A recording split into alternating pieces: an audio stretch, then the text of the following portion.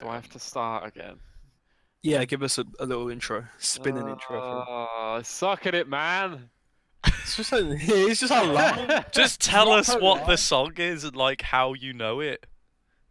Just get I good. I just can't talk by Just, myself. I hate it. just get good at I don't like reading things out. I it. don't like just like having my own speech. You I just probably hate shouldn't it. be on a podcast then, Joe. Everybody get up, it's time to slam now. We got the real jam going down. Welcome to the Space Jam. Here's your chance, do your dance at the Space Jam. Alright.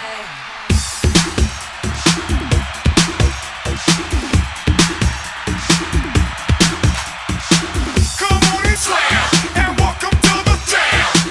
Come on and slam, if you wanna jam. Hello, everyone. Welcome to Sunday Jamz with Joe, Shak and Sam, where we exchange the songs we've been listening to this week and then chat about them. So let's jam. My song this week was Joni Mitchell's "All I Want," 1971, from the album Blue. I think that's her most acclaimed album. I came across her stuff when I was looking for more stuff like Tom Waits and Nick Cave, although she's not really like them, but I think you could say she's like them in that she's more unique and she doesn't fall into any kind of cliches. Yeah, it's the kind of freedom of the singer-songwriter genre, is that they're not really bound by a specific sound. You know? Extremely versatile. But when I was looking and when I was looking at and when I found Joni Mitchell, I was purposely trying to avoid that, like, exactly what you expect from a singer-songwriter. Yeah, typical. Yeah. I get ya. Yeah. Okay, cool. So, Sam, take us off. Yeah, I thought this song was really enjoyable to listen to. I thought Mitchell's lyrics or her vocal delivery both were easily highlights of the track. I like the lyrics because they don't necessarily discuss the kind of cliche way that we think about relationships. I enjoyed the fact that she was more trying to state how she would love someone if she did end up in that ideal relationship. Yeah, I feel like it's more of a internalized struggle in terms of love and relationships as opposed to just like, you know, he dumped me or he left me or, you know, these kind of really like external problems, you know. It's very introspective. Yeah, I completely agree. I liked the stripped back instrumentation because not only does it help bring more highlights to Mitchell's lyrics and her vocal delivery, but the actual sound and production of the instruments I felt was really, really quite engaging in that it felt very natural. I don't want to say lo-fi, but there is minimal production applied to the instruments, and I did appreciate the rawness of that. Mhm. Overall, really pleasant track. I want to check out more Joni Mitchell now. Yeah. Yeah, just listen to Blue, man. Just go through that album. That was the only album I really liked from her out of the ones I've It's the listened only to. one I've listened to at this point, but I definitely want to hear more. Yeah, it's worth checking out more. I just couldn't get into the other albums as much. So yeah, I know this song already quite well. I like Joni Mitchell's Blue quite a bit. I like how the vocal lines are so kind of erratic over the guitars. There's something very Yeah. like heartfelt about her delivery. It feels almost like she did it in one take and just like improvised and experimented with the delivery as she went on. There's not much I can say about the song that doesn't really extend to Joni Mitchell's sound in general. This song is kind of like an encapsulation of Joni Mitchell's kind of Yeah. demeanor and It's a big part of why I picked it because it's like it acts as a good resume for everything else she does on the album. Yeah, definitely, and it's definitely one of the best songs on the album, in my opinion. The imagery and the song structure and the vocals all kind of tie together nicely. There's this kind of feeling of like traveling and this frenzied emotional journey. Yeah. I think it's highlighted by the lack of a kind of like a clear chorus for a center point. So it feels very like flowy. It feels like it flows. I definitely get like hippies traveling in a camper van vibes Definitely, sure. definitely. with like daisy headbands on and shit. Yeah, daisy chains and shit. Yeah. Yeah, I feel like it's a really nice song, and it's very good at capturing the atmosphere that it wants to capture, I think. Very much like this song. No bad word to say about it, really. Well, all I can do is really reiterate what you two have said because, like, I agree with everything you said. Mm. That the emotion in her voice is what what stands out so much about her as opposed to someone else. If they were writing the same song, like the way she like repeats herself, like you said, Shakeel, the fluidity of the delivery and how like it's not like bound to the rhythm of the song. She like completely like goes back and forth with how with how into it she sounds. Yeah, she kind of like Um, trickles off the beat and like kind of doesn't fit into the perfect like bar structure. Yeah. That's the what way I she mean. sings. It's very much a Yeah. case of her personality shining through over Yeah, man. adhering to. She sounds excited by her lyrics. Yeah, It just for sounds sure. nice. Mhm. I feel like she completely like bypasses any like negative tropes that come with writing a love song, Yeah, definitely. and that's what makes her stand out to me compared to like other people in the same vein. Cool. Yeah. I think that's Joni Mitchell covered. Tied up, wrapped up. Okay. Let's move on Spicy. to Xavier. So my track. This song is by a group called Dead Can Dance. I think it's just two people, and it's a part of this kind of gothic dark wave movement that I think was quite big in the around the 1980s. But yeah, it's the track's called Xavier. And that's it, really. I really liked it. It's probably my favorite song of all of them this week. I'm very not surprised by that. Because it's all dark and synthy. Yeah. Yeah. I got massive like Depeche Mode vibes and shit like that, with like the really stiff 80s British sounding vocal and like the spacey, like the intro when it's just like the synth and the bass. It sounds like so grand and like futuristic. It sounds like some like epic event is happening in like a really epic sci-fi movie or something. Yeah, Like- vocally, I can definitely hear the Yeah. Depeche Like Mode some parallel. like just crazy thing is taking place. Yeah, but yeah, the intro was really cool. And then like the keyboard comes in and the vocals and everything, the way it layers and layers and the grandness. Like I wouldn't be surprised if you thought it was more than two people because so much it sounds so thick. Definitely. Yeah. Yeah. And then the trumpets that come in as well. It sounds like a fanfare or something. That was I wasn't expecting that. I think that's indicative that it's from the 80s because like I feel like songwriters were just they took more risks back then and like it was just more experimental back then. Like I don't trumpets think if the song was like written today, I feel like it probably wouldn't have had that in it. The trumpets were definitely one of my favorite parts. Probably one of the. Yeah, I guess it was quite unexpected as well. Yeah, I will definitely be listening to more because I'd heard about them before because I know that they influence stuff like The Knife and Yeah. other electronic stuff I listen to. Hmm. But yeah, I could definitely hear the very knife. very impressed. This isn't the first Dead Can Dance track I've heard. I haven't heard a lot of Dead Can Dance, but I am very familiar with the track, the host of Seraphim from The Serpent's Egg, which is the album after this one, I believe. Similar to that, I really enjoyed it. I found myself really invested in the story that the lyrics were painting. It was very much a case of me wanting to know what injustice had exactly befell this person to have her life judged as profane. And one thing I did appreciate was that the story doesn't necessarily conclude and is instead left open-ended. The violins at the end especially really selling how awful it would be for her life to continue this way. Based on, from what I gathered, it seems like she's been described as profane for her liberal sexual expression. I enjoyed musically. I enjoyed Brendan Perry's distant reverb vocals. I'm not overly familiar with Depeche Mode, so I can't comment on how similar I felt they were, but I thought his performance did capture the kind of darkness and misery they were trying to go for with Xavier's situation without being overly melodramatic. And I liked his placement within the mix of the track with the added reverb, since it really did just continue to sell this idea of an oppressed individual, just as the same as the voice is distant and oppressed beneath all the layers of music that we do here. So you were really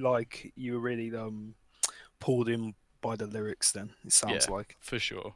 Not to Just say wanted to that the instrumentation isn't worth noting. Like I said, similar to Joe, I thought the intro was really gripping, actually, and then the recurring and overbearing piano that is throughout the plays throughout the track is one of my favourite parts of the instrumentation. The intro was so epic. Like, I could have listened to that, like that in just that developing for like 10 minutes, and it would have sounded sick. Yeah. Part of me kind of wished that it did just do that, but that's not to say I wasn't satisfied with what I did here. Yeah. The song, the things I really like everything about the song. I like how it's so grandiose with its use of synth. I like how it's quite classical-esque, like it kind of has a classical feel to it. I like how the vocals kind of blend underneath the weight of the kind of wave of sound above it, and often where the instruments are used to accent the vocals, the sound of the instruments in this track kind of soar over the vocals, and it's almost as if the vocals are there to complement the score, as opposed to the usual other way around, just like layers and layers of synth. The trumpets I really love because they give a really apocalyptic feel to the song, and also a kind of medievally Viking-y feel, which is something that I greatly appreciate in my jams.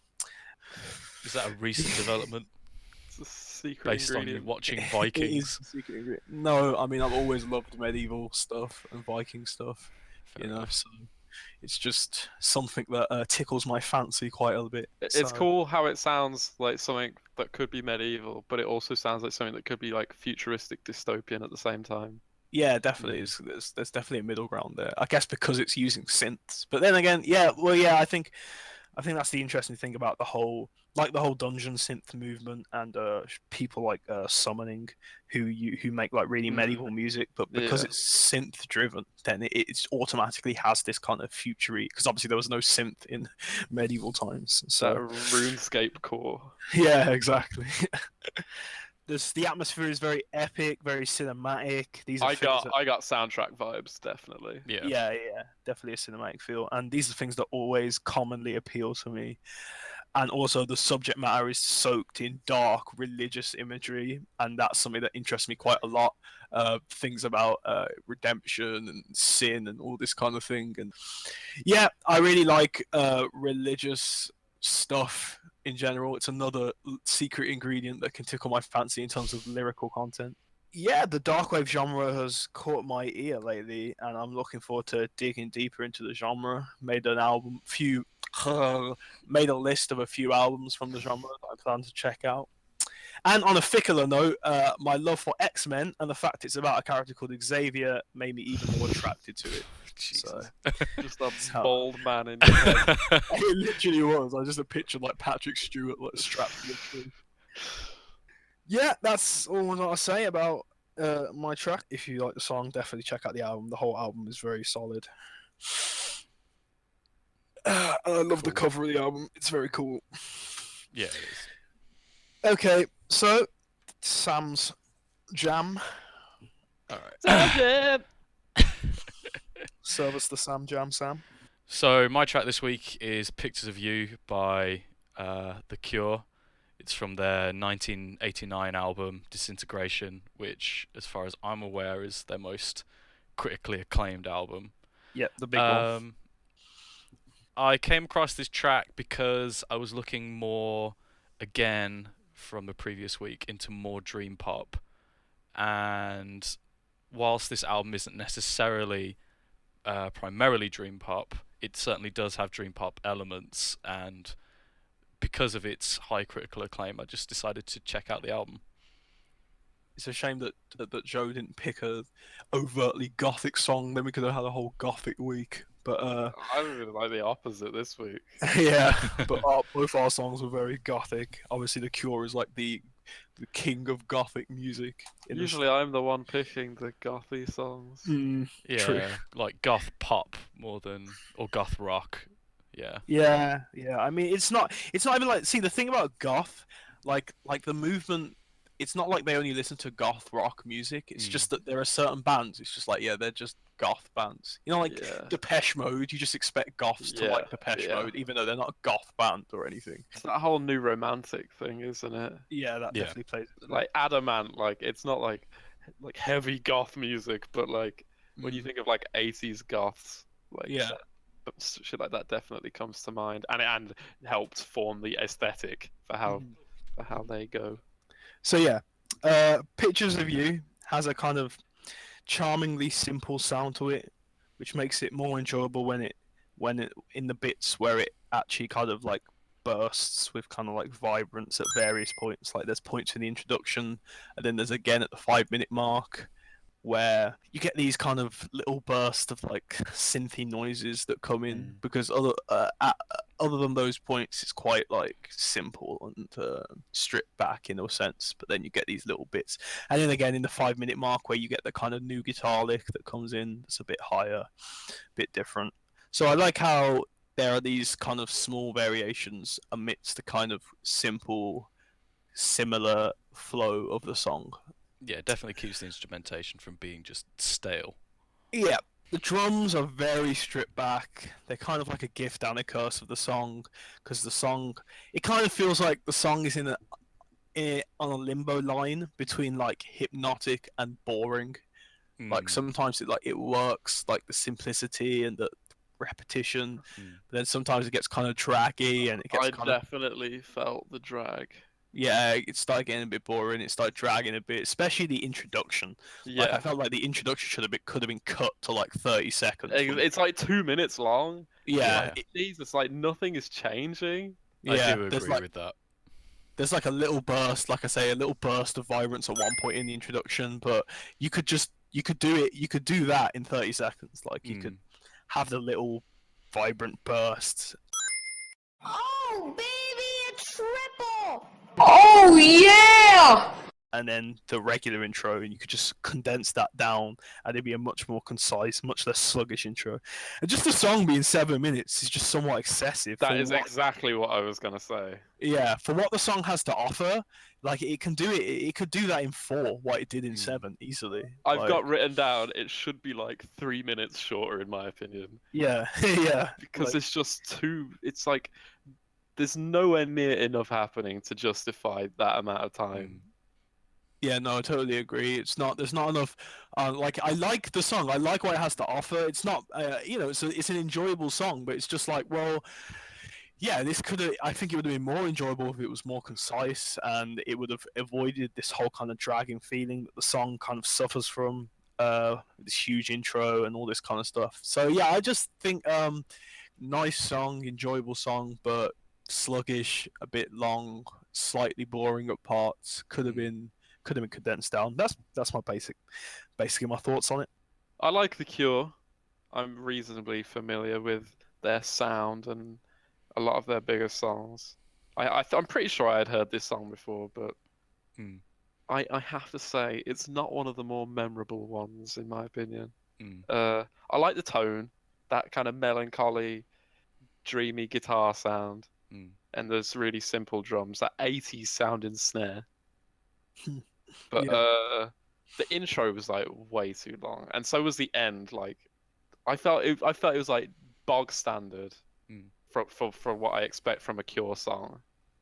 Which I enjoy the standard of the Cure, but this song in particular, It's just I nothing feel too like special, really. yeah, I don't feel like it was special. I feel like certain parts sound really dated, like when it like bridges back from the chorus to like the verse. There's like this chimes. It sounds like a ring. It's like a something you'd see in like an 80s film, like flashback sequence. So then it'd be like, and the bit when he's like da do da do da do da do do do. I thought that bit was really like. I wasn't feeling that. Dated is the honest. word for your. Yeah, opinion. it just sounds like he's really bored, which I guess is part of it. It's just him sounding lonely and sad and See, I quite like the chimes, but I just like them because there was something different. Like it was just something. no, yeah, I welcome the mixing up of sounds, but like I know I what you can mean about dated. like right after listening to them the songs one after another, Mm. it was extra apparent that the intro was way too long because in the Dead Can Dance song, Yeah. within a minute and 30, this massive intro has been set up, and then a different instrumental has come in with vocals and so much stuff. And that's a song that's going for like a really slow and massive feel. Mhm. And within a minute and 30, it does more than like this song does like in 7. You liked I it. feel like I liked it, yeah. Oh, But okay. listening to it after something like Dead Can Dance, which I massively preferred, Mm. it just exaggerated all the flaws, I feel. Okay, that's fair. But overall, I like The Cure. I like their sound. I like Rob Smith.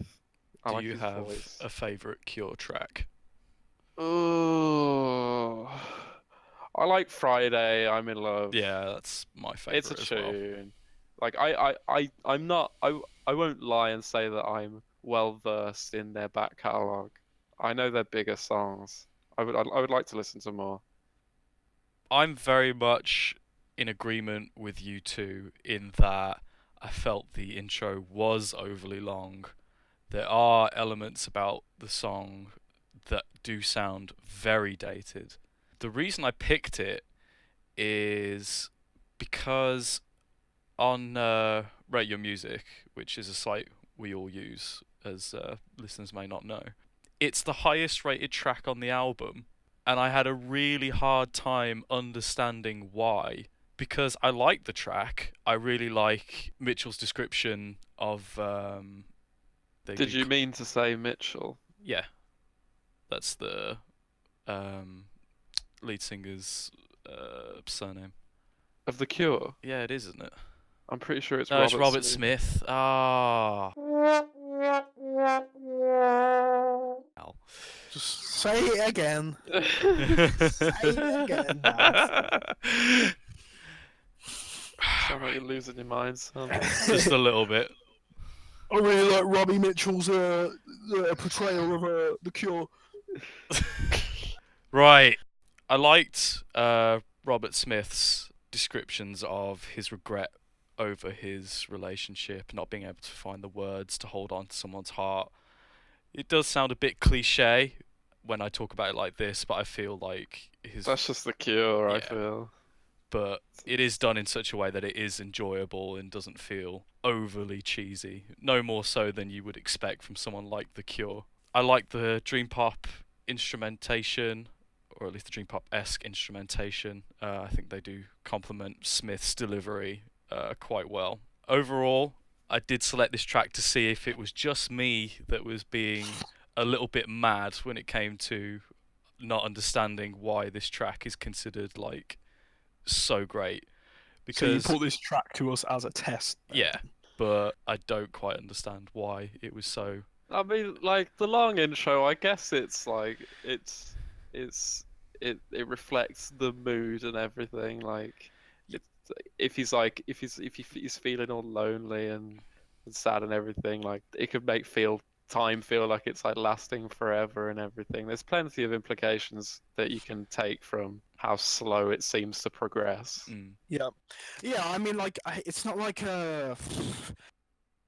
it's like, oh yeah, this song is just for this reason. It's just like, well, yeah, even if there's like a reason behind it, like maybe it's like purposely sluggish, but it's like, well, that doesn't make me enjoy it just because you tell No. me it was done on purpose. It's not like, oh, now I love it, you know. It's not how my ears work, you know. If I just don't enjoy something, I don't enjoy it, even if there's a very nice, clever reason behind Yeah, it. I feel like it was a conscious choice because I know they don't always make their songs last so long. Yeah, I'm sure it was.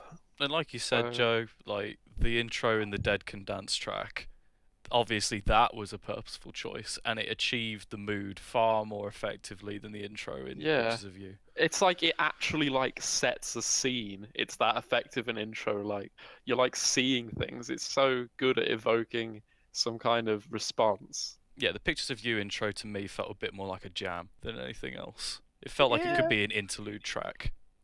I guess, yeah, I know what you mean. I swear, Sam, that a lot of your songs that you give to us are like you're not even sure about how much you like. Like, I swear this is a common trend. Like the Lady Gaga song you picked before as well. Well, while it's easy to like share tracks that I do personally enjoy, I do like discussing a track which could be a bit contentious, One you're not Yeah. sure even for about. me. Yeah. Right, okay, fair enough. So, thanks everyone for listening. If you guys listened to the songs, what did you think of them? What have you guys been listening to this week? Let us know in the comments. If you want to check out the playlist that contains all of our weekly selections since we first started doing this, and also if you want to listen to the tracks that we discussed today, link to all those things will be in the description below. Make sure to subscribe to our channel, give us a thumbs up, and share this shit on your social media. Thanks for listening! Roll credits. So, let's jam. Nice. Nice take. I like it. First take. One take. I'm a professional. I'm a professional.